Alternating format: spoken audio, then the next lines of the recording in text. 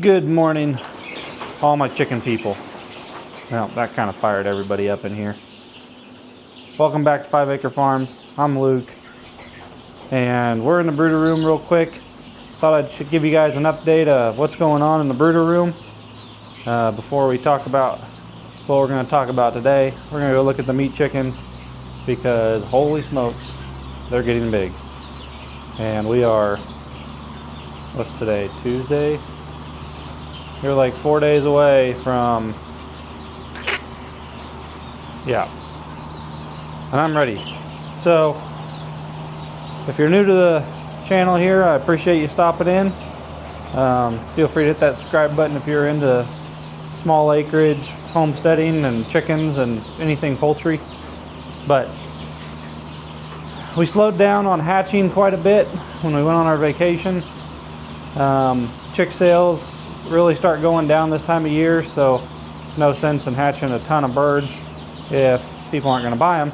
So there's certain things we're going to hatch for a while, mostly our colored egg layers, our Indio Agantes, some of our quail, obviously our exotic pheasants, and our geese and some ducks, but most of the stuff we're going to slow down chicken hatching wise. But yeah, let's turn you around and see what's going on in here. So we still got our 3 incubators. If you're interested about anything incubating, we have some videos already posted about those. Oh, one thing I need to mention is we got several incubators already here that we're going to test out for you. And yeah, I need to re-give this thing away. I picked a winner for the little Temu incubator, and I tried to get the guy that commented and won to message me, but he won't message me back. So we're going to re-give that one away in one of the upcoming videos.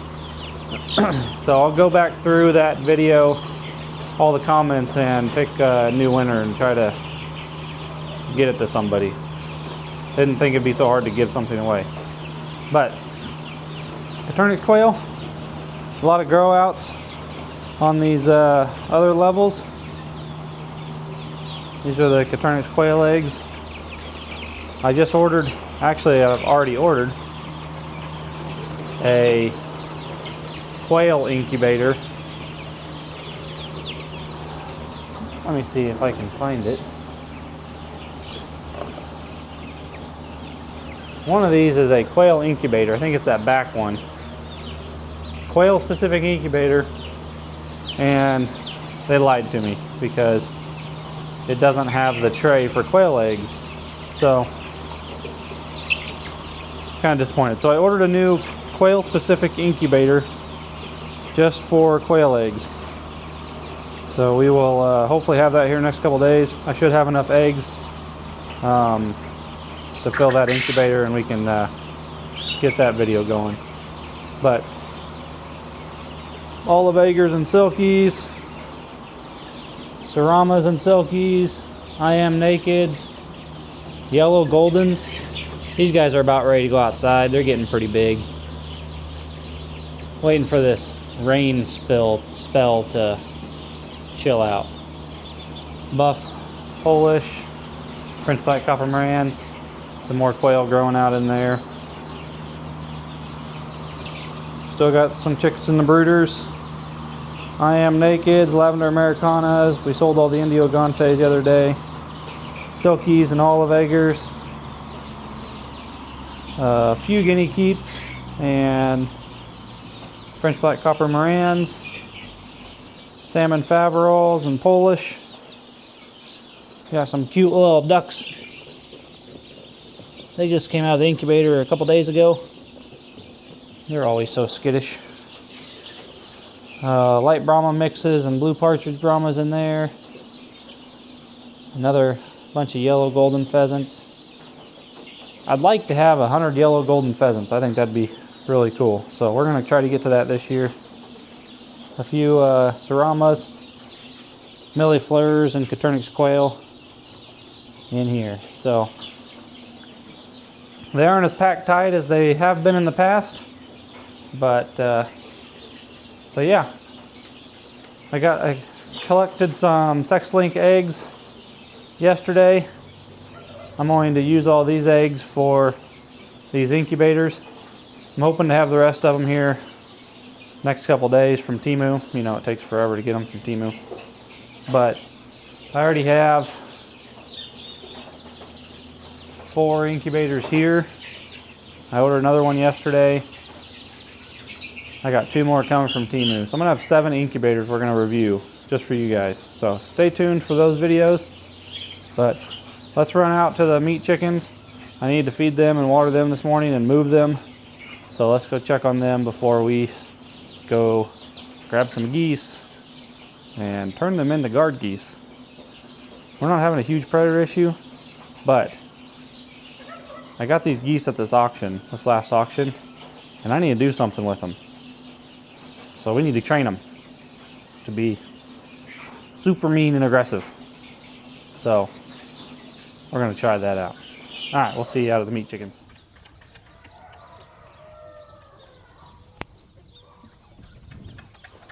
Probably gonna cut that part out. All right, we're on the home stretch with the meat chickens, and these guys are butterballs. So let's get these guys moved. We're running out of space here, but we only got a couple more days, so we should be fine. If you guys haven't seen any of our previous raising meat chickens for beginners, go back and watch those videos, and you'll get a pretty good idea of what we're doing here. Raising meat chickens on pasture. All right, come on, bowling balls. Couple steps at a time. Get a move on it.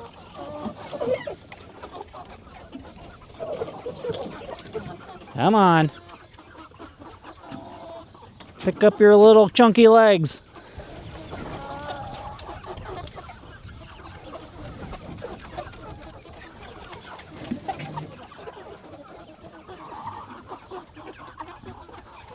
Last few steps.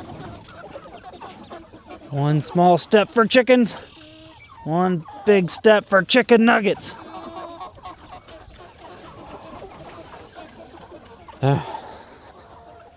Yeah, your chickens at Tyson don't look this good.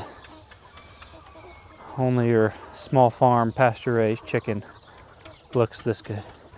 These guys are not small. I don't know if I can grab one of these jokers. Come here, chicken. Ugh. Look at this thing. Yeah, they don't got feathers on their belly because they ain't made to grow feathers. They're made to grow meat. That's bigger than my head. Yeah, your time's coming. Sorry. But you guys taste too dang delicious. Fresh grass awaits you. Feed is coming. Don't you worry. Let me get everybody else moved.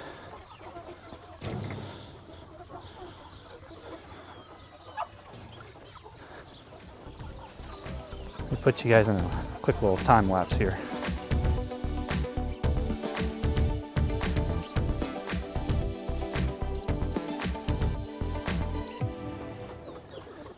We're really running out of room here. We only got a couple more days, but we should finish up, right up here by my tree, right there, which is perfect because then I won't have to turn these suckers around. Turning them around 180 degrees just isn't very fun.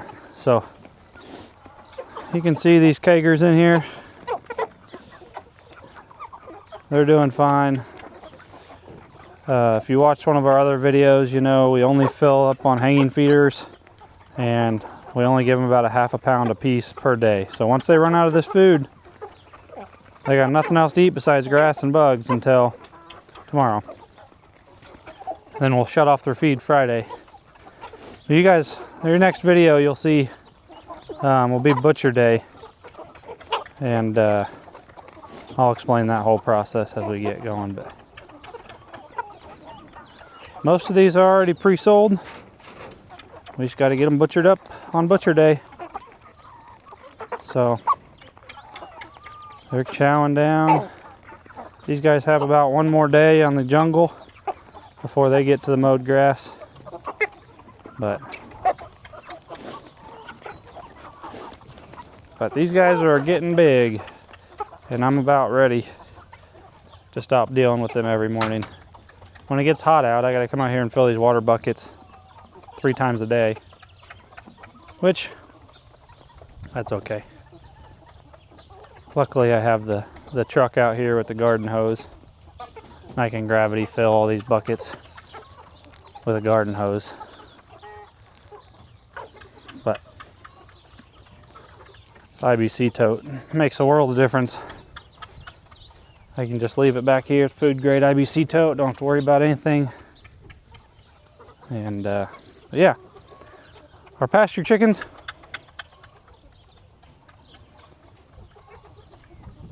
where are they? Right there. Our red layers, they're gonna get some new company today. So let's go get the goslings and get them out there and let them start getting trained on their job. So we're over here at the duck yard and goose yard. You can see here my Sebastopools. I have 6 Sebastopools. We lost a couple this spring. I don't know, something got them. They usually, it's the first time we've lost any geese for a couple years. So I don't know what the deal was, but I could take a pair of these Sebastopools and take them out to the eggmobile, but they're paired up here and I'm still getting a goose egg every now and then, so I don't want to like take them away from their mate and where they nest at. So, but I have these 3 little pens back here and this is what I used to raise call ducks, and so I'd have 3 different colors of call ducks, but now it's kind of my grow out pens. They were about 4 foot tall in grass until a couple days ago, and we moved these guys out here. So, but I think I'm gonna take all the geese I just bought at the auction. Let me turn you around here. So these little ganders here, or gooses, there's 6 of them. So, and then those are the ducks I accidentally bought. So if you saw that video, that's where they're at. We'll probably leave them in here for about another week, and then we'll move them over to the big duck yard. But back there in that back pen, I don't want to get too close because they're all skittish. Those are all ducks we hatched out of our blue Swedish. So all these pens have little holes to go into the grain silo, and they got a little pin in there. But anyway, those little guys, I'm going to divide them up, move half of them over here where the geese are. That way they have more room. There's a couple little guys in there, and when I get close, they all stampede into the bin, and the little guys get kind of run over. So take the big guys out of there, put them over here, get these guys out, and let them start thinking they're chickens. So let me get them caught, and they're going to be our new guard gooses. The Sebastopools over there aren't very happy. They have neighbors, so they're going to be happy to see him gone. So if you guys are all goose experts, tell me down in the comments what breed you think these geese are. The guy that sold them at the auction didn't have a label on his cage. He either said they were buff Pomeranians, which I don't think they are, or they're Toulouse. I'm pretty sure they're Toulouse. I don't think they're brown Chinese or Africans, but I'm not a huge goose person. I know quite a bit about Sebastopools because that's what we raise, but other than that, let me know what you think these guys are. I really want to know what they are, so let me know what you think down in the comments. What kind of geese are these? I need to know. There they come. They know the drill. Come on, ladies. We got you some new roommates.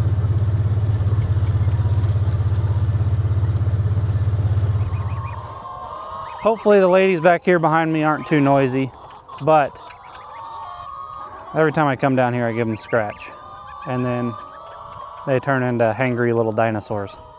So I'm usually down here at this time every morning collecting eggs, giving them a scratch, checking on them. So when you run birds out on pasture, or birds in general, your biggest usually cause of death, if you own any type of poultry livestock, is going to be predators. And so there's a couple different ways you can combat predator issues. Now, like out here on pasture, you can use electric poultry netting like what we have here, and that works pretty well. I mean, I've never had anything go through the net, and it'll stop anything from the ground. So like your coyotes, your raccoons, your possums, your skunks, bobcats, foxes. If a coyote wanted to, they could probably clear this fence, or a fox, but most of these chickens sleep inside the eggmobile at night. So when those predators are out and about, for the most part, the chicken's already locked up. So the poultry netting is kind of just here for during the day. I really should take it down. The problem is not every chicken lays their eggs in the roll-away nest box in the coop. So they lay them out in the grass occasionally. And I'm afraid if I take this net down, then I'm gonna have eggs hidden in some of this tall grass that I'll never be able to find. Whenever we had the eggmobile down here at the pond, and I free-ranged all my sex links, or my barred rock breeding program, they started laying all their eggs in the trees, and every day we'd have to walk through 30 cedar trees trying to find out where they've made a big old clutch of eggs. So I have these guys in here. I'm probably going to move them. We still have a couple more weeks in here of grass before I need to move the eggmobile every week. You can see it's kind of barren right here. We've got a ton of rain, so it's kind of a mess. But I moved the eggmobile into fresh grass. I got 2 more spots to put it, so probably 2 more weeks before I move them either up closer to the house, or I might move them down here toward the pond. I just don't want them laying in those trees, because climbing underneath cedar trees to get eggs isn't any fun. But if I can run them close to the pond, then I won't have to haul water in this little tank trailer. They can just drink out of the pond, which is what I did last time, which worked perfect. So, but outside of predators, ground predators, your next biggest predator is aerial predators. And so when we first moved out here to the farm, I remember that first year we lost about every 3 days. I found a hawk in my chicken yard eating one of my chickens, and it drove me nuts. And there's nothing you can do with hawks. I think, don't quote me on this, but I think state by state you can apply for permits to trap falcons and falcons and hawks and relocate them, or I don't know. I know there's a lot of red tape and paperwork to be able to humanely and legally get rid of hawks and owls, but it's not worth the headache to deal with it. So we just dealt with it that first year. And then after that, we ended up getting other geese. We ended up getting Sebastopools, but they stayed in their pond area. And I had a buddy that raised a bunch of birds, and he was getting out. So he had a bunch of Canada geese, which you can legally own Canada geese. And you've probably seen them in some of my other videos. You can legally own Canada geese.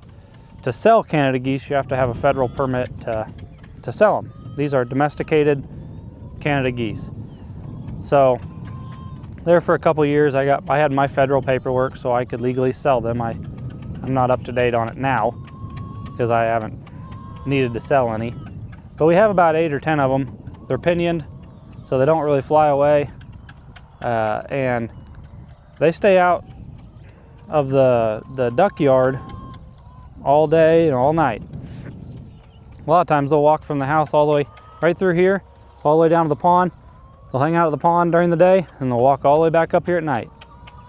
And we haven't had a single predator issue on those Canada geese, but they can be pretty feisty if they want to. So I think my aerial predator issue is no more a problem because of those Canada geese, because especially in the spring, those guys are feisty. So guard geese, that's the main reason people get guard geese, is for aerial predators. Now, the only other options, there's two other options. A mean rooster, which we have 3 roosters out here. We have Duke Silver, our lavender Americana.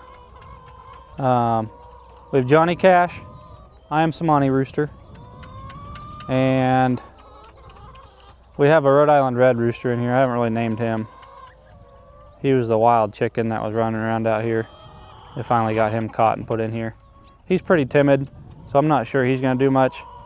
And I'm not sure my other 2 roosters are that aggressive, but I don't need them with any other breeding pens, so they're just out here with all their ladies.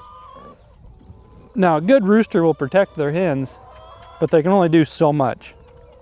So a really good rooster will get really aggressive toward aerial predators. And if you've ever seen the videos of roosters frickin' waylaying a hawk, it's pretty impressive. A good rooster will do whatever he'll sacrifice himself for one of his hens.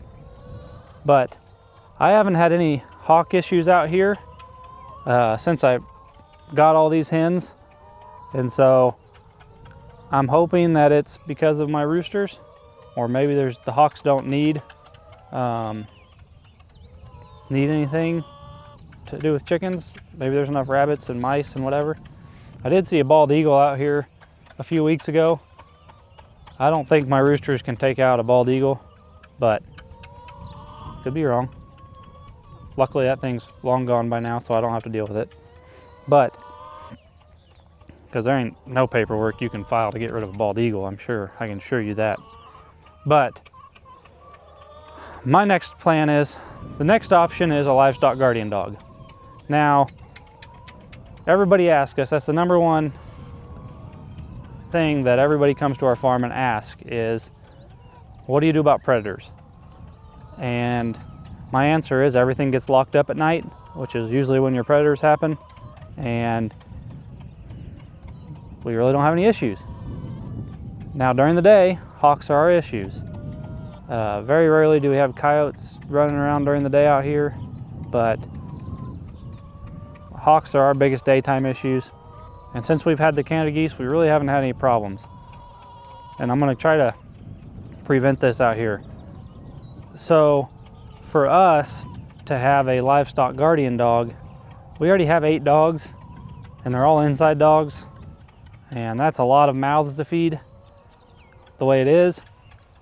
I kind of did the math a while back when it came to livestock guardian dogs, and what it costs to feed an outside dog, livestock guardian dog.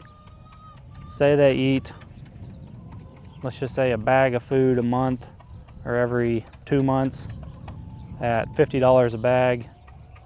The stuff we feed is like $60 a bag. The stuff we feed during hunting season is like $90 a bag. Dog food is getting ridiculous. And I know you can supplement it with like meat and raw meat. I know people that hunt deer and just give them deer meat. I don't got time for that, okay? They get bagged dog food, and they get good bagged dog food. They're not getting Old Roy. They're getting either Victor or Purina Pro. And so what it costs, so say it's $60, $30 a month to feed a dog, roughly. And a chicken is worth, let's just say a laying hen is worth $30. I don't lose 12 chickens a year to justify having a dog. If I lost 12 chickens a year, that would pay for, if the dog prevented 12 chickens from being killed a year, then it would be a wash. Outside of vet bills and the cost of the dog and the predators he didn't stop. Like, if you were losing a chicken a night, then obviously you need a dog. I'm not even losing a chicken a month. So for us, it's just the numbers don't crunch out. So that's why we don't have livestock guardian dog. Now our neighbor a half-mile away does, and it runs the country. So maybe she is helping us in some way, shape, or form. I've never seen her over here. That doesn't mean at night she doesn't get within a few hundred yards of the house, and maybe all the coyotes know not to come to this area, which is not really the case, because if I do have a dead chicken, I'll throw it out here in the pasture in a pit somewhere and it'll be gone the next day. So I know the coyotes are coming. Anyways, the next best thing to guard dogs is guard geese. Now there's several different breed options for guard geese. You have Sebastopools, which they aren't super aggressive most of the time. They're a pretty docile breed, and I can say that because I own them and I'm familiar with them. Probably the two best guard geese options are your Africans and your Chinese. Those guys are loud and obnoxious, which is why I don't own them. And I don't know a ton about geese. I'm not a goose expert. I know a little bit about everything, not a lot of bit about one thing. So I'm a very diverse individual when it comes to knowledge. But I know several different breeds of geese. The Dewlap Toulouse, your Pomeranians, your Buffs, your Chinese, your Africans, your Saddlebacks, your Sebastopools. I mean, there's like 10 different breeds of geese.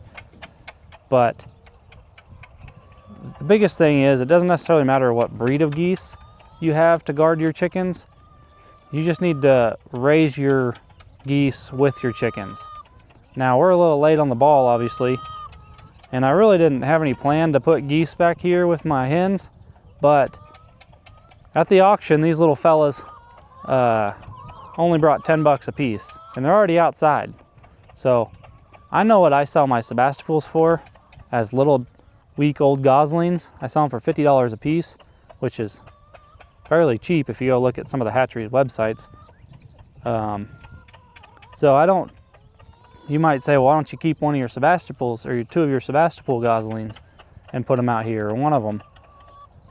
Well, I bought 6 geese for essentially the price of what I sell one little gosling for, and these guys are half grown. So what I'll probably do is keep these guys out here with the hens until they're old enough to be able to tell male from female, and then I may sell the 4 that aren't that I don't need, and just keep 1 pair. So that's probably the game plan. I really don't need 6 of them. You really only need 1 of them. But I don't know. If they decide to become a big mess out here with my water dish, then I'll probably cut back the numbers, or I'll take down the net, move them closer to the pond, and the geese can have access to the pond as well as the chickens. But right now they're cute and fluffy, and they're gonna hang out here. I'm not sure if we're gonna train them to go up the ramp. That's a pretty high ramp for a goose to get up, but we'll have to figure that out. We'll come out here the next couple nights and make sure they get in. I may have to bring them a doghouse. I have a doghouse up there. I can bring them something to sleep in. They'll probably sleep underneath the eggmobile, which is fine. But you really want to raise your goslings with your chicks. That way they think that the chicks are their family and they want to protect their family. So I'm hoping, since I'm starting these guys young with the hens, that everything will go smooth. They'll grow up with the hens, and they'll think they're chickens. You want them to think they're chickens. And so hopefully, we have about 200 hens in here. Hopefully these ladies don't pick on these guys too much. That's why I'm hoping I bring 6 in. I think these chickens are going to be scared of whatever these things are. So let's go ahead and get these guys put in with these little heathens back here. All right, ladies, you got some new friends. Hey-ya.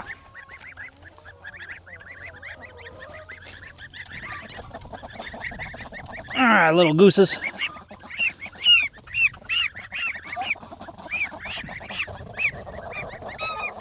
Calm down. Let me know what you think these guys are. Are they Toulouses? They're cute, aren't ya? Real cute. All right, no more playing with them. Chickens are already kind of wondering what the heck that thing is. Yeah, they're scared of these suckers. Come on.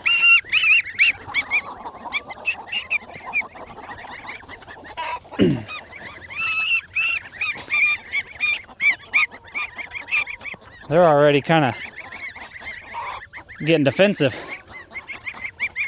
They're excited to see the grass, though. Whoop, sorry, buddy.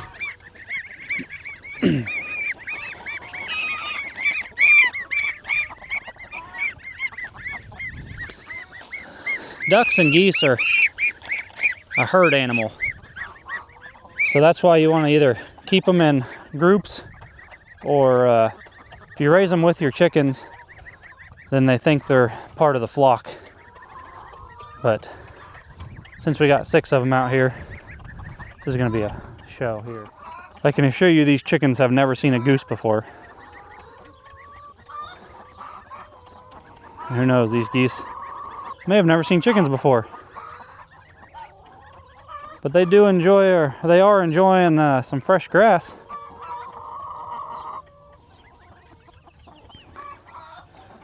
Chickens are like, what in the heck did you just throw in here with us?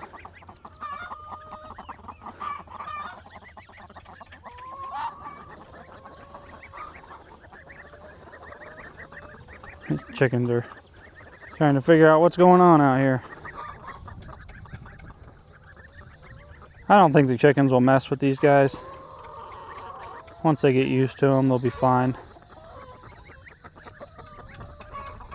But these little geese will find the feeders. They'll find the water over there. And they still got plenty of grass out here in this pen to eat on before we get them moved. We'll check back in on these guys here probably for the next couple hours. Make sure everybody's getting along. And then tonight we'll probably make sure they get in. But we'll see you here in a few hours as we do an update on these guys. Good morning, everybody. It's a couple days later. We're gonna go check on the geese here in just a little bit. Obviously, got my veil on because we're getting into the bees. We got another swarm yesterday. I'll put the picture up right now.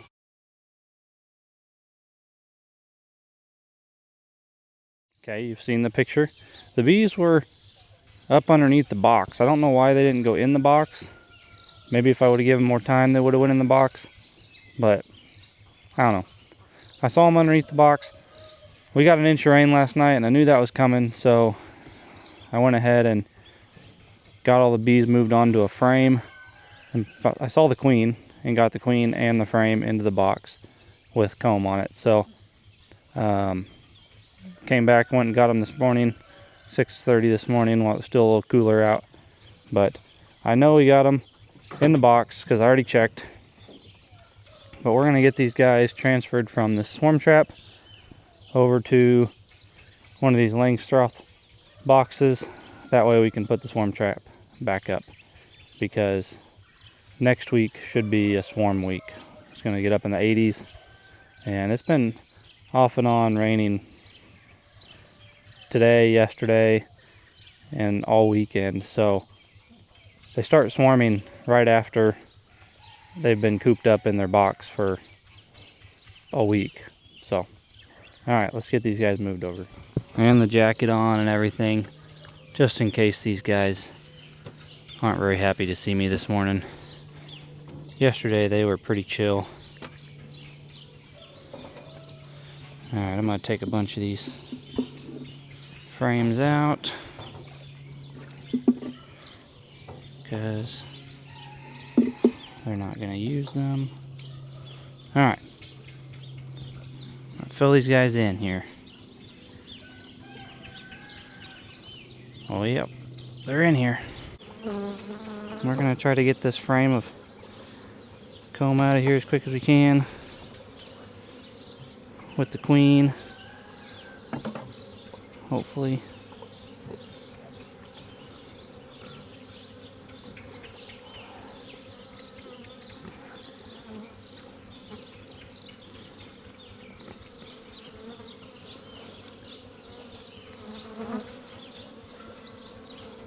Queen should be, there she is. I don't know if you can see her. Let me come around here.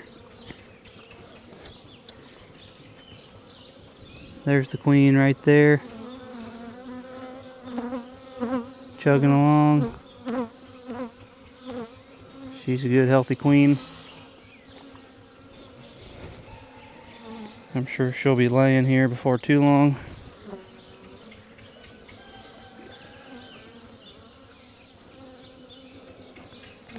I'm gonna take a quick look in here and see if she laid any eggs yesterday.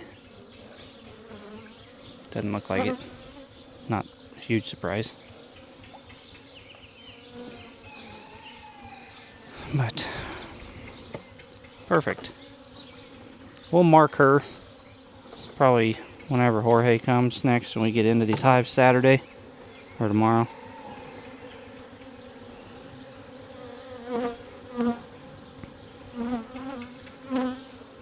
I'm gonna go ahead and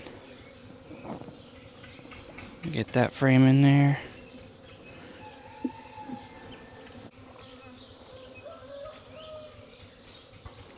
Another nice little ball of bees. Nice little ball of bees on that frame. Trust me, ladies, you're gonna have a nice new condo here. Alright. Go ahead and just put one frame back in here. Slide those all together. Put these frames in the swarm trap. We got to put this swarm trap back out because it's swarm season, people. This is like the best year we've ever had for catching swarms. This is only our second year, so maybe we're starting to figure out how to do it. This is our fourth swarm of the year. So we'll keep this swarm in the Langstroth box here until it's time to get them moved over to another box. Good morning, little gooses. The little gooses here. The chickens aren't messing with them, which is nice. They're kind of staying away from them. They're still a little skittish, but they're still young, so I think they'll be fine. They usually just sleep underneath the eggmobile, which is out of the rain. And not that geese can't stand up in the rain, but no, they've been doing good.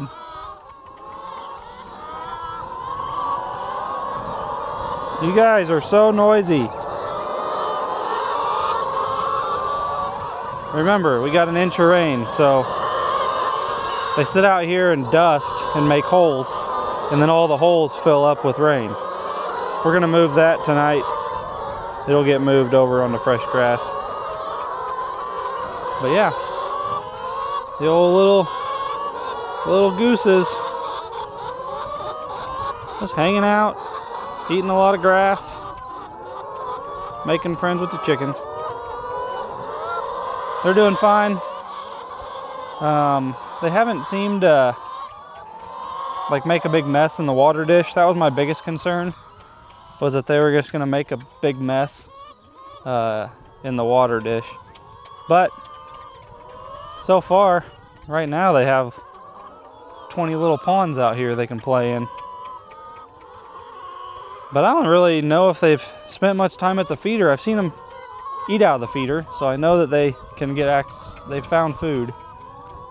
But every time I've come out here, they're out in the grass eating grass.